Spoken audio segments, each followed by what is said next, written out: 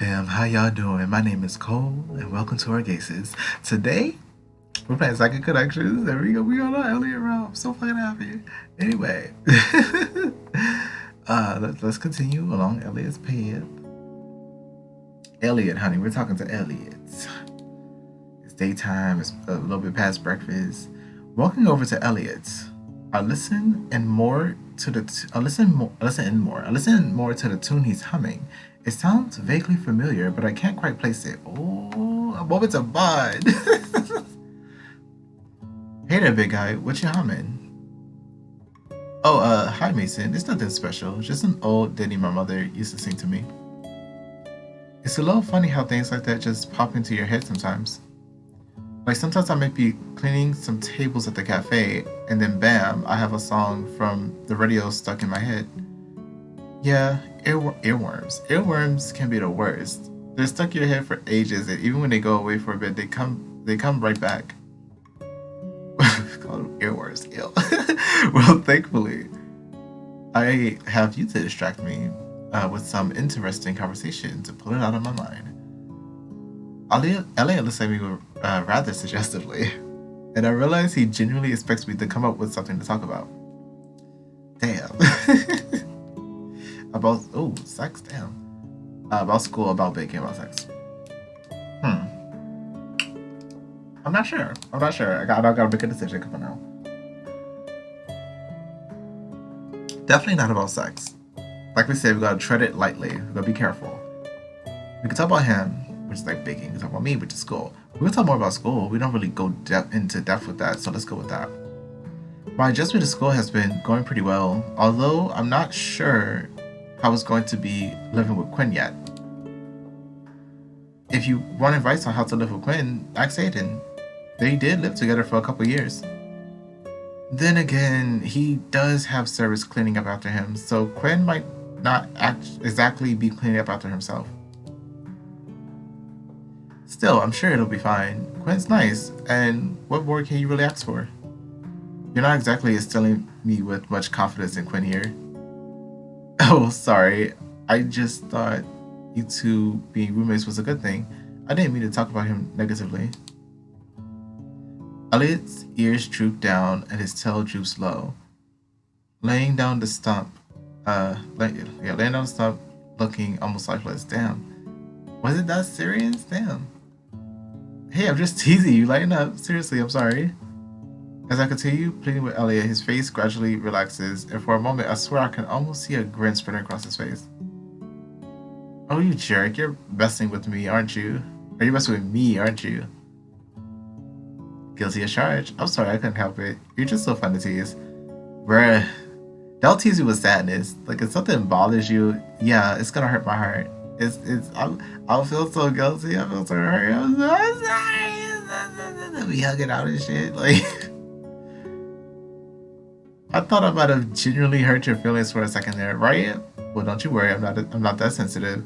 Unlike a certain deer I know. Oh, my statue just was Jude, who I only just now noticed is talking to Zoe, who seems to have reappeared from her walk in the woods. She walks away from him and enters Aiden's tent, and Jude continues whittling away at his block of wood. You know, Mason, speaking of sensitivity, let him finish. I'm sure it's probably not an innuendo like my gutter riddle brain is thinking. My hands are a bit warm from the other day. Do you mind helping me gather some firewood for when it's time to get dinner started? Sure, if you think that can help. I think I can help. Elliot leads me away into the woods and instructs me on what does and doesn't make for good firewood. Dry, right? As we make multiple treks to or from the trees, I notice Zoe talking with Quinn or Jude. And on our last trip, the three of them all seem to disappear from the camp. At this time, Aiden emerges from his tent and begins approaching us. Need any help? Oh, no worries. I think there's enough wood now for a good fire later tonight. I see. Do you know where Quinn ran off to? You put him aside to go have a chat. Not sure what about, but it seems serious. If I were to guess, though, given how serious they looked, it probably has something to do with that incident with his roommate. I presume she went with them to mediate. I see. If I might ask, what do you make of all of it? What do you make? Specifically him? Okay. Well, this Greg sounds like a real piece of work. At the end of the day, though, we need to trust Quinn will make the best decisions for himself. Right, but don't you think it's more than that? We need to make sure this delinquent is punished properly for what he did. What do you think, Mason? Oh! Trust and believe. When people fuck with the people I care about, I don't fuck with you today, tomorrow, or anytime in this life. But, like, what is like assault and abuse and stuff like that? The one thing we don't want to do is take away power from the person that was victimized or the person who survived that encounter. Yes, I'm really curious as well. Ooh, I can understand both their views on this, and I somewhat agree with each of them. We literally did this. We was like trying to help Quinn. Like we didn't tell anybody until he was ready to tell them. You know, like don't take more from Quinn. If it's gonna be aggressive, the aggressiveness needs to be greenlit by Quinn. Period. If he say like shovel and body bag, bet. If he say legal matters, bet. If he say let's just go to therapy and forget about it, bet. Whatever he wants to do, that's what we'll do. Now I still want that man dealt with though. Like Gregory can go. Gregory can be written out of the script. I promise you he could. Like just say the word. Shoot. I think I'm gonna go passive because again, like at my core, I want Quinn to make the decision. In the moment, in the heat of the moment, I see my friend have a black eye and he tells me who, I found out who did it, they're gone. They're gone. But if it's like way after, I'm still pissed about it, but he's telling me not to do that, not to say nothing. I was like, I'm still gonna do something, but it's just like, it's not gonna like put me in prison. So whatever Quinn wants is what's most important to me. Let me save. This is not for Elliot. This is just me. I think Elliot's right. Quinn is a grown man, and this type of situation is delicate. However he wants to handle it, it is ultimately going to be his decision. Now, if I see an altercation between him and Greg's gonna stomped out. I don't care what the conversation is about. Absolutely not. You're not saying a word to him.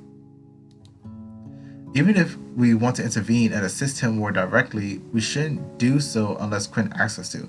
Now, you can ask, like we can ask if Quinn wants us to do something for him. Like we could ask Quinn if is it cool that we handle it, or give him options on how to handle the situation. That's what we can do. But what we shouldn't do is try to force retribution and strip whatever power that he could have that like we supposed to be his friends, and for us to take power away from him is us acting no better than a bully outside of like physically abusing him. Try not to talk too much because it's just like, oh, last second connection was 53 minutes long. I was like, that's gonna mess up my analytics. I already know. Some people don't know when to ask for help though. It's easy to say that, but it's harder when you can actually see how much that person is struggling. It's kind of like when Aiden offered Jude's mother a job. That was crossing the line, Aiden. You have the what's the word? Habit of like crossing other people's boundaries for the sake of helping them, and they end up distancing themselves from you because you just there to just like fix them, you know.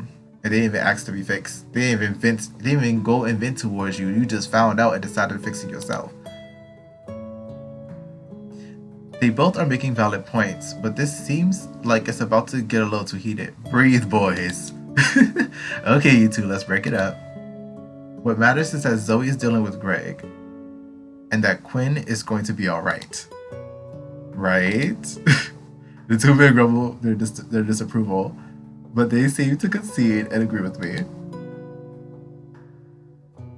Elliot moves on with getting the food from his truck, while Aiden alternates between watching Elliot and checking his phone. Jude, Quinn, and Zoe eventually return to us as the sun begins lowering in the sky, and that's where we'll stop. that was a heavy topic, but we got it done in 10 minutes. I'm proud of me. But thank you guys so much for watching. I need some water. Hold on. Again, my name is Cole, and this has been Orgaysis. If you like this video, let me know by leaving a like, a sub, and comment. I really do appreciate it. If you enjoyed this game and you would like to play it for yourself, you can do so via the links in the pinned comment.